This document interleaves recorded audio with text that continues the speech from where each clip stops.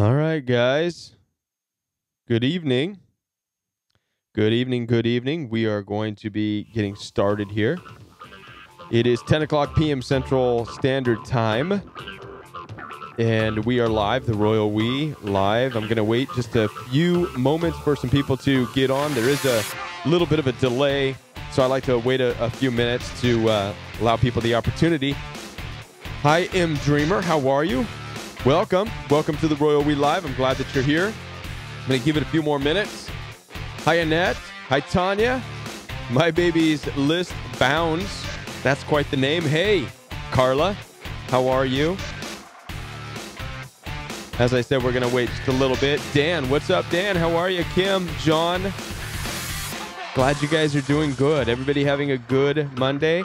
Kim from Northern Ireland. I got to tell you, Kim, I would love to visit Ireland one day. That is actually some of my lineage is from Ireland. I would love to be able to visit there. Karen, good evening. Leah, Lawanda, how are you? Missy Joy, Regina, glad to see you there. Tracy, Margaret, hey there. Truly Online, Ellen. Michael, hey, what's going on? Maureen, free to be. Quite a bit of you on tonight. Hope you guys had a good weekend. It has been raining like crazy here in the Midwest. Not too bad, but it actually got real icy. No fun to drive in the ice, especially when you have a rear-wheel drive car. Happy birthday, Amanda. I take it Amanda is on here. Blue. Good evening, Blue. Free to be. John. Two Johns. John Fontenot. Hopefully I got that right. I look forward to hearing your story. You got a story to tell? You're in the right place. John Broomer. How are you, man? Sophia. We already are getting ready to go here. Hi, Rabbit. All right, guys. Thank you so much for being here on a Monday night. I hope you guys all had a good weekend. You're watching and joining the Royal We live right now. For those of you who are joining me on YouTube, you're welcome to call at any time during the show. The phone number is scrolling down at the bottom of the video. So be mindful that you are on YouTube live. So filter your words the best that you can. There's a couple of good reasons why you should make that phone call. The first reason is, one, there's healing in being able to articulate your situation, what's going on in your with your narcissistic abuse and your experience with it, whether you have questions, you're trying to get out of it right now, maybe you're trying to break free from the toxic relationship, or maybe you've been out for a while, but you're struggling mentally, emotionally, spiritually, even physically, right? And this is the things that we talk about because it's very real. So your questions are going to help a lot of people. So for those of you who have a heart to help others, just know that your phone calls are a huge help, right? Not only that, but we have a great community here at the Royal We. The community here is very supportive. And I know that a lot of you have your own conversations going on while I'm on the phone. So typically I'm talking to somebody, having one conversation, and in the chat area, you guys are having your own conversation. So with that, I'm going to go ahead and introduce the moderators for this evening, and they may be in, they may not be in, but I'm going to introduce them anyways.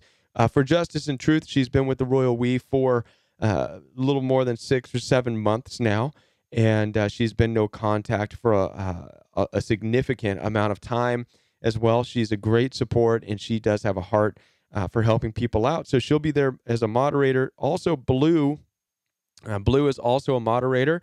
And so if you see these two ladies that are around in the chat, they are there to greet you and welcome you and help you out with questions. And both of them just have a huge heart for helping people. And I appreciate them greatly. All right, guys. And so with that, let's go ahead and get started. And before I do, obviously, I do have to put out the warning. Sorry about that. I almost always miss the warning, and I can't miss the warning. Viewer discretion is advised, guys. This is 18+ content because we're talking about narcissistic abuse. There's a possibility of talking about the sensitive subject of domestic violence, also sexual content as well, guys. So viewer discretion is advised. That being said, I'm going to go ahead and start this Monday night out with I'm going to put the telephone number up there, so you guys are welcome to call. But I also have a question that I received from one of the videos, and I want to go ahead and get this question out of the way because this was just too good to miss out, guys. So I'm going to go ahead and take a phone call from Washington, and I'm going to put you on hold real quick, caller. So bear with me, caller from Washington.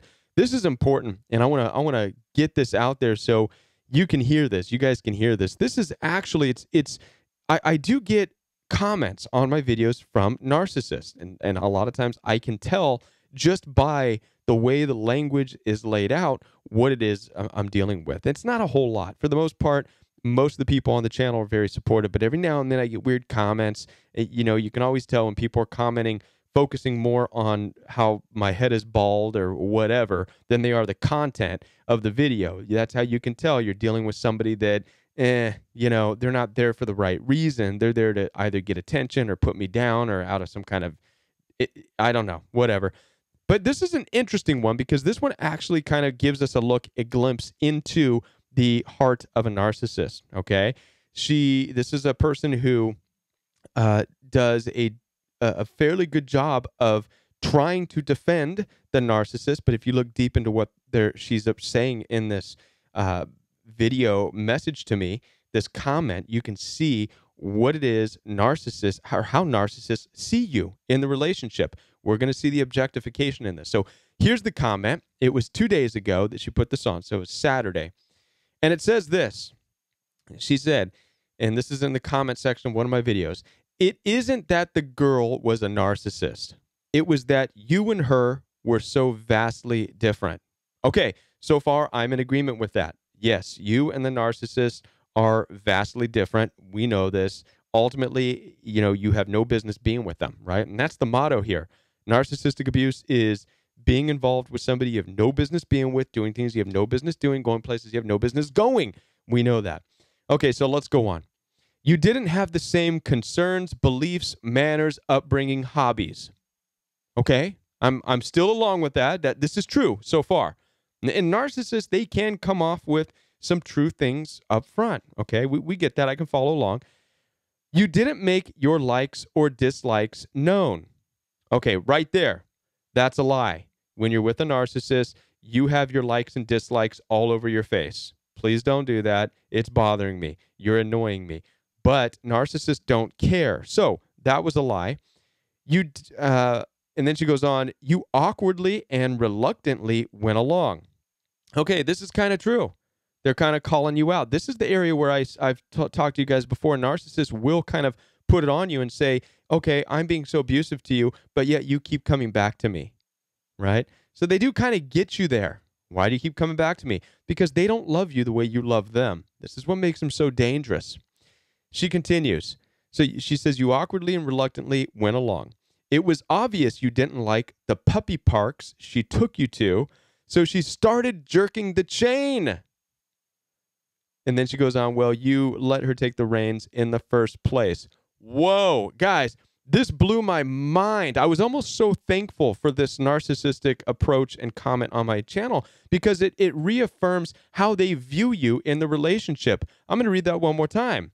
"It was obvious you didn't like the puppy park she took you to, so she started jerking your chain." Right there, an image of objectification. For those of you who want to know how the narcissist sees you in the relationship, they see you as a puppy that they have on a chain. Again, they feel like they have possession over you. You are one of their possessions. And if you start to slow down, or if you start to back up, or if you start not wanting to go, they're going to jerk that chain. And they do that by calling you names, cussing you out, yelling. And you can almost get the image of an unruly, bratty, nasty little girl or little boy, whatever it is, yanking that chain of a puppy that they should be loving and walking, right, and caring for. Instead, they're jerking it around. That right there is the heart of a narcissist. This comment is the heart of a true narcissist. They view the world and all of their relationships as though it's a puppy that they get to take to a park. And if the puppy is not, dragging the feet, they're going to jerk the chain. It doesn't matter if you like it or not. So she goes on to say a little bit more. Then at the end of that, she says that you should have initiated early on. The abuse and name calling could have been avoided. she wouldn't have felt the need to call you awkward and boring, and you wouldn't have felt the need to call her narcissist. So there you guys go, man. I wanted to share that with you because it just blew my mind. Once again, proves more the point how narcissists objectify you. You're not an equal in the relationship. You are a puppy. There you go. Spoken from a true narcissist. You're a puppy on a chain, and they're going to yank it if you start dragging your feet in the relationship, or if you ask too many questions, or if you want to get to know them, or if you want to get serious about life. They're just going to jerk that chain because why? They want to go to a puppy park. They just want to, that's their life, right? You're there to serve them. You're there to be cute for them. It's all about them. So that being said, I believe we still have a phone call in Washington. I'm going to go ahead. Thank you so much for waiting patiently. You are on live with the Royal We. Yes, hello, Kevin. Hi there. I think you might have just answered why I was calling with what you just said. With the comment that I received? Yeah, them wanting to make you their show dog and just look at what I've got. Right. My ex always loved showing me off my looks of how beautiful I am, I guess, and just look at what I've got. But I've been no contact for 7 months. But just 2 weeks ago, I got a new haircut. I cut my hair short with bangs. I have had the same hairstyle for 15 years, and people at work, they don't recognize me. They are just amazed. They love my bangs. I was hating my bangs for the first 2 days, and then I went to Costco, and a stranger, a woman, points at my face and says, "Such a beautiful girl." And just because of what that stranger said, now I love my bangs. Good, good. I could not love my bangs without that stranger's comment, though. Strange at how that is. I think that you should love your bangs no matter what. Well, I do now. I'm loving it so much that I want your words of encouragement because I want to break no contact, not because I miss him, but just because I want him to see how good I look. Yeah. And I know that Don't do it. I have not been face to face with him, but I just kind of want to show off my new look to him, which I know. You know what, hun? Listen, I know what listen. I know the heart of where you're at, right? When you are demeaned and devalued and you're really chopped down and put down, you can feel like, narcissists make you feel this big, right? And what they're essentially doing is pulling you down to their league, okay? You will never feel beautiful if you stay down on their little tiny playing field that's nasty and vicious. Even if they do say, "Oh, well, you are beautiful," it doesn't matter because you're still on that nasty little playing field of theirs, right? And so that's going to be followed with something nasty. You know what? Save your beauty, save your bangs, save your good looks, save all that you are for somebody who is in your league, somebody who's worthy of it, somebody who's going to value you more, right? It's kind of like if, I wouldn't go walk through, a real sketchy neighborhood at night and say, "Look at me, guys. Look at how tough, look at how tough I am." It's not going to do anything, right? I'm in the wrong world. It's not the world I belong in. And that's the where you're at with an abusive narcissist. Once you get out of that world, don't go back. Not for anything. Not to brag. I share one child with him, and so but I've still managed to not see his face for 7 months now, even though we share a child. That's good. I kind of just want to be at that door to open it just so he can see me. But you know what? Like you just said, he's going to say something that's going to make me hate my bangs. And I won't be feeling good. But and what I hear in your voice, to be honest with you, and this is something we should all pay attention to, is I hear you're still longing for him, for validation from him, right? That's really what's behind this. And don't make it so that the reason you're getting bangs and the reason you're trying to look good is for him. That is totally not that's not what you want to do, right? Nothing will work. We all know this, that when you're dealing with these personalities, nothing works because he doesn't love you for you. He loves you just for what you did for him or whatever. You know what I mean? And this is rough. This is a really rough thing, and it's hard to understand this. We think we need to just fix this about ourselves, fix that about ourselves, you know, whatever, get a haircut, get a boob job, Right. get a butt job, get whatever, none of it's going to be good enough ever, right? Because that's not Oh, it to them. It's just, how is this going to meet my needs? That's all they see. How's it going to meet my needs, right? I And I that's it. love everything that you have said. Thank you so much, You're Kevin. welcome. You Thanks for being are on the just phone. wonderful words. Right on. Thank you for calling. Take care. Bye. All right, the phone call is back open, guys. The phone call. The phone line is back open. So for those of you who are trying to get through and maybe you didn't get through last week or last Friday, the phone line is open right now. And the phone number is scrolling at the bottom of the screen. You guys are welcome to call. And yeah, guys, it's tough. I understand where she was coming from as far as just wanting to show that she's changed, she's different. Uh, and we're going to take a call from Florida right now. You're live on the Royal We. Hi, I'm calling about my daughter. Okay. She and I were always very close, but when I got divorced from the narcissist, he has turned her against me, and I did everything right with him. I mean, I learned about narcissism, and I stopped. I did the no contact, and I healed because I was so painful with him. But now with my daughter, it's a different kind of, I don't know what to do. I need help. So who is it that turned your daughter against you? Is it your ex, or is it someone she's involved with? Yes, my ex. And what's his It's her relationship? father. It's her father. Okay. Correct, my ex, Uh, her father, and I love her so much, and I just she acts just like him. She treats me.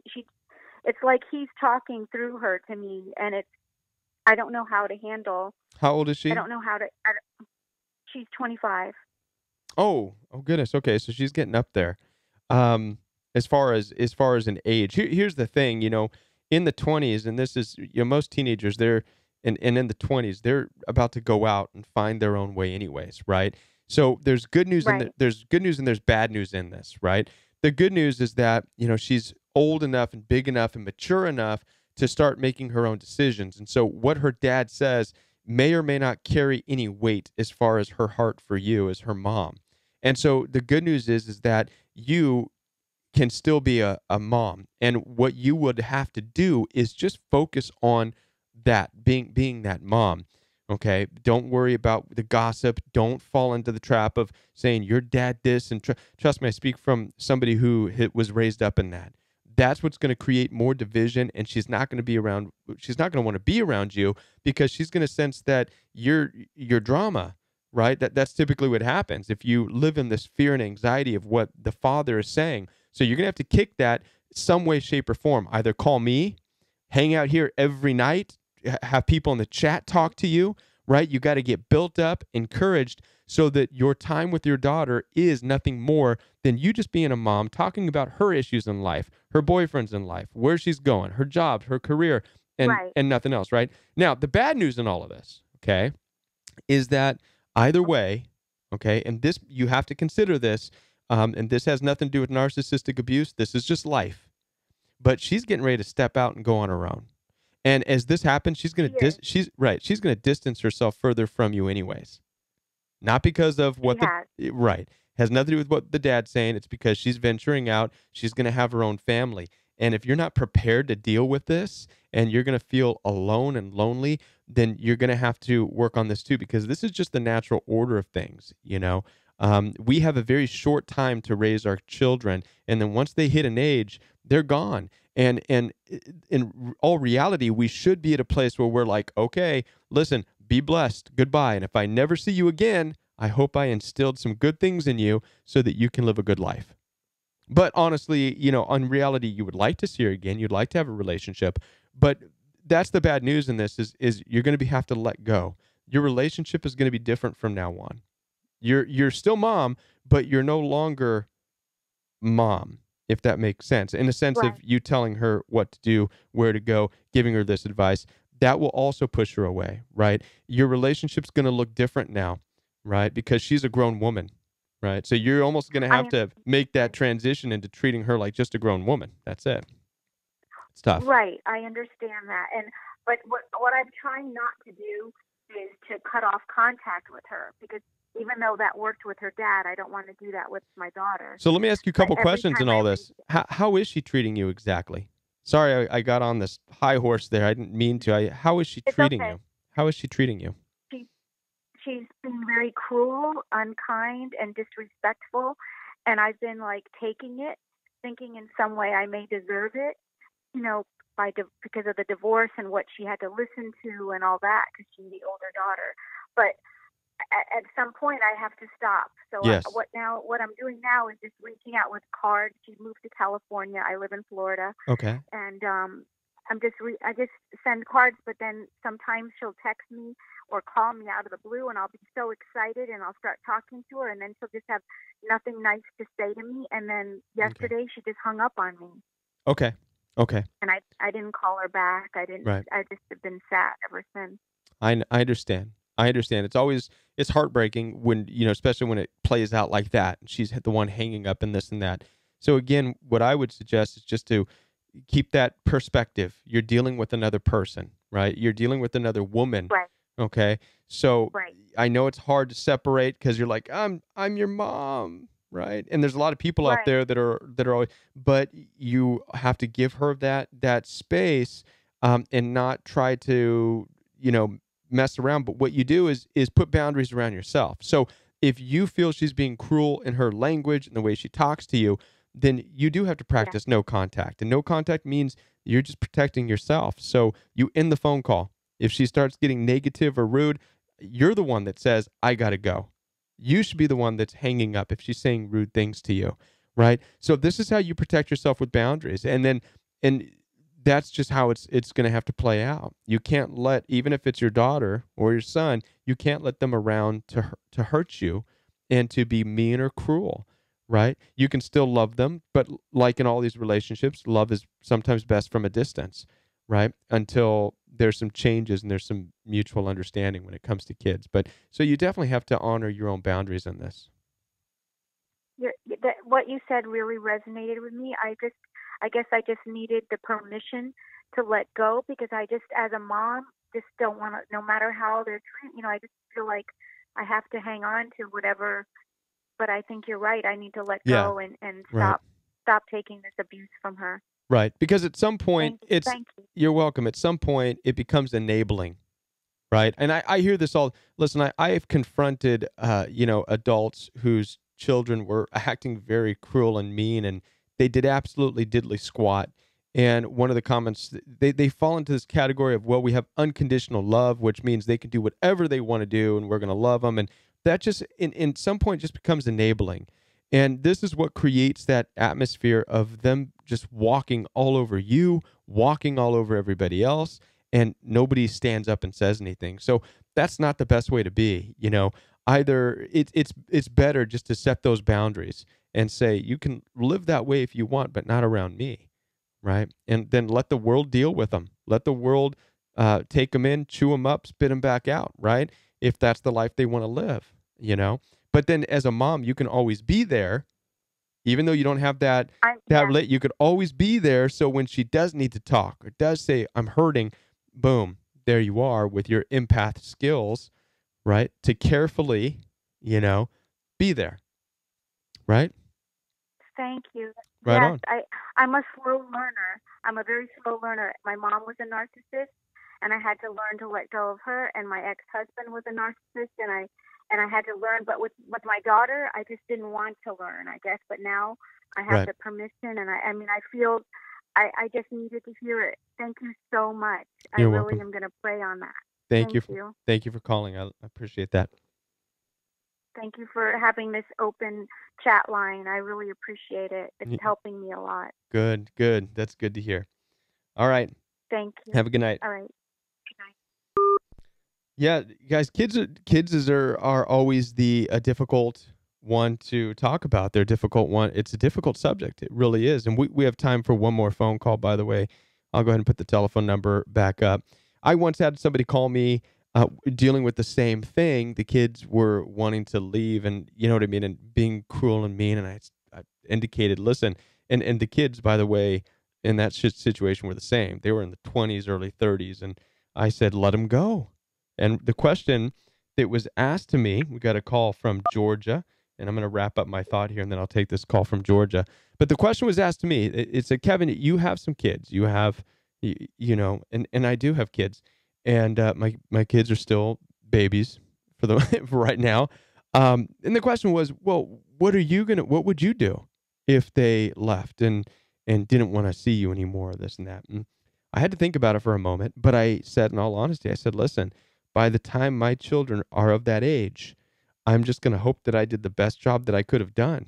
And if I never see them again after they hit that age, then I just have to live with knowing I fulfilled my responsibility. Because to me, that's what a parent-child relationship is. It's that of responsibility.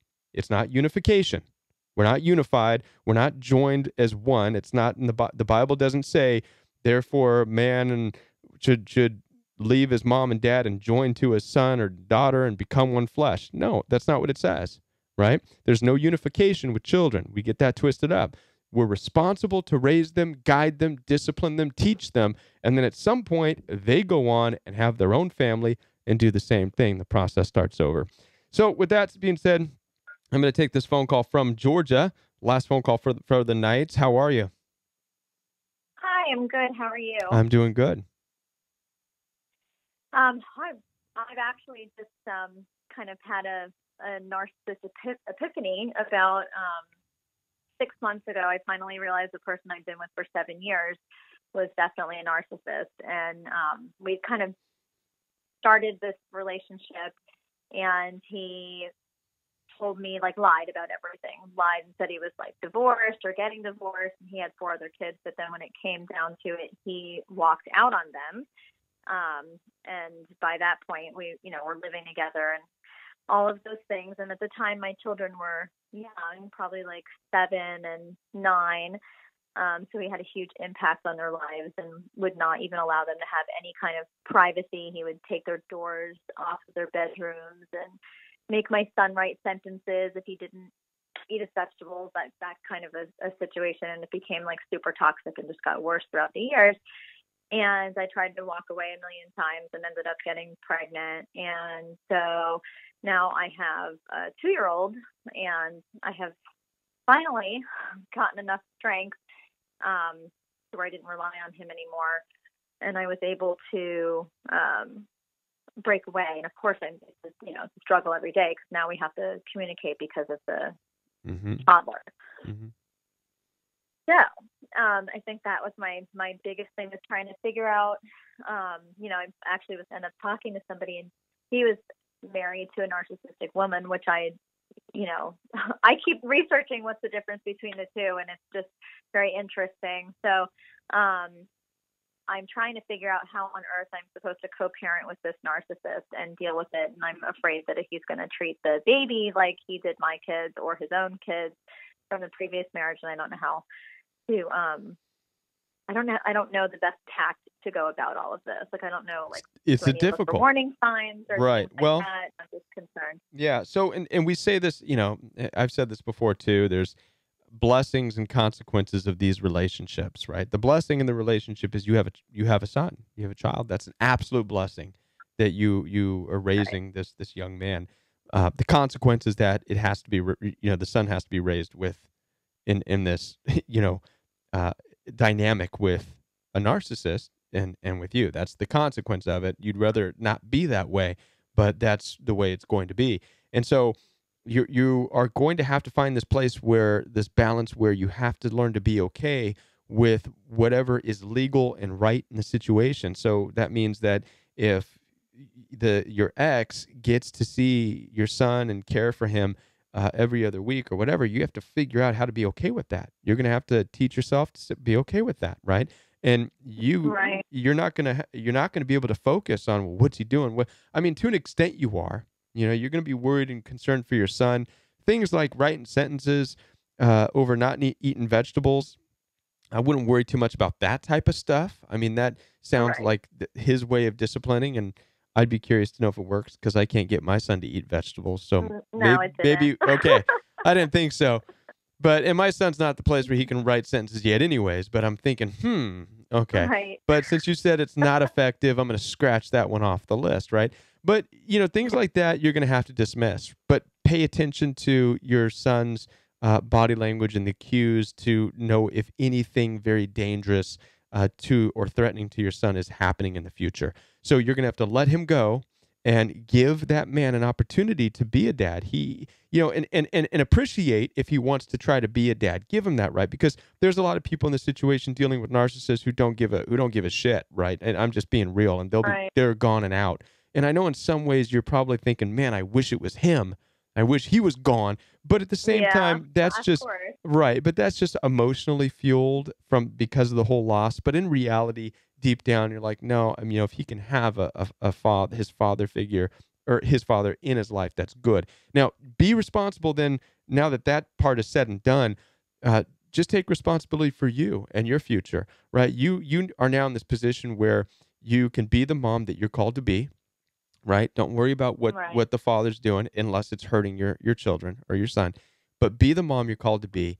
You can absolutely find a good role model of a man, not a father replacement, right? Unless it has to come to that, in which case he'd be adopted. But you can get a good male role model, right? To fill in that gaps. I agree. And pray for that and be patient for that and wait for that and make that your focus now, right? As you move on with your life, you're going to get the man or the person in your life, the partner in your life that you deserve, and that would be a good role model. And that's going to take you away from whatever's going on with the dad. I know. I think the biggest scary thing too is this like reckless behavior. So when we just separated at that point, he had like seeked out other women, which would also contact me like through Facebook and ridiculous things. So I knew about all of this and I would confront him about it. He would literally like disappear 3 or 4 days at a time without calling or all of these things. And it was just so like now I'm going, okay, so, he's going to be back here. And so I'm going, oh, I don't know, I'm worried. I'm just stressing out about it because I'm like the sunshine, and I take care of, my kids and everybody else's kids that bring them to me. So I'm the empath and he knows it. And so, sometimes I feel like he's, using the baby as a tool to get to me. And I'm worried about that. Don't allow that to happen. And it's possible. And typically they do, right? He will eventually, if a true narcissist, he will find a way to use the child to bait you. And it can range from any petty thing of whatever. It's just, so be prepared for that. This is why it's important for you to learn how to emotionally detach, because if you're not emotionally detached from him, then you can easily get dragged into that. Right. And so, he'll get emotionally detached and start moving towards the life that you want to live and also provide for your son from your side, because that's where your responsibility is now. Right. Well, absolutely. Thank you so much for talking to me. I appreciate it. You're welcome. Thank you for calling. All right. Okay. Good night. Have a good night. All right, guys. What a great night of phone calls and amazing questions, guys. I'm so glad that you guys are all here, and I think we're going to be able to wrap up on time tonight. I do like to go from 10 o'clock p.m. Central Standard Time to 10:30, that half hour of support Monday through Friday. I know that last week I got into the habit of going in an hour, and that can get exhausting. It was fun, but it can get exhausting, guys. So I'm going to go ahead and wrap it up right there, guys. I want to thank you so much for being a part of the live show tonight. If you did not get on tonight on the phone, you can call tomorrow night. We'll be here tomorrow night, same time, 10 o'clock p.m. Central Standard Time. Just come on board. And guys, I know a lot of you have said, how do I get notified? I keep missing the live stream. So a couple of things. One, subscribe. If you have not yet subscribed, be a subscriber on the channel. You can hit that subscribe. The second thing that I've heard about is some kind of a bell. I don't know too much about the bell, but apparently YouTube has this bell. And if you hit the bell, what it does is notify you when there's activity on the channel. So if you hit the bell, it will bell you, I guess. Ding! Royal We Live is on. So that's one way you can go about being notified. about the live stream. All right, guys. That being said, I hope you guys had a great weekend. I hope you had an opportunity to view the new video that I uploaded this weekend on, what did I upload the video on? I just had a mind blank because it's getting late here. I was talking about flashbacks as a part of CPTSD, a complex post-traumatic stress disorder. I did the video in a new format. I'm trying to just throw more of the creative side into the videos, and I hope that it's coming across well, and so let me know what you thought of the video. Again, it's flashbacks. It's called Flashbacks. I uploaded it late Saturday night. That's when I finished it up, and I hope that you guys like it, and I hope that it's informative. I want to make sure that the content is good and real and helpful. And that being said, guys, I'm gonna sign off for the night. If you are curious in the Royal We course, guys, you can check out more about the course in the description box below. Simply open up the description box, click on the course link, and it will take you to the Royal We course page. There you can find out all about the Royal We course and how it can help you. All right, that being said, guys, that's it. I think that's all of the announcements, and thank you guys so much for being a part of the Royal We Life tonight. And we will see you tomorrow night at 10 o'clock p.m. Central Standard Time right here on the Royal We Life. Good night, guys.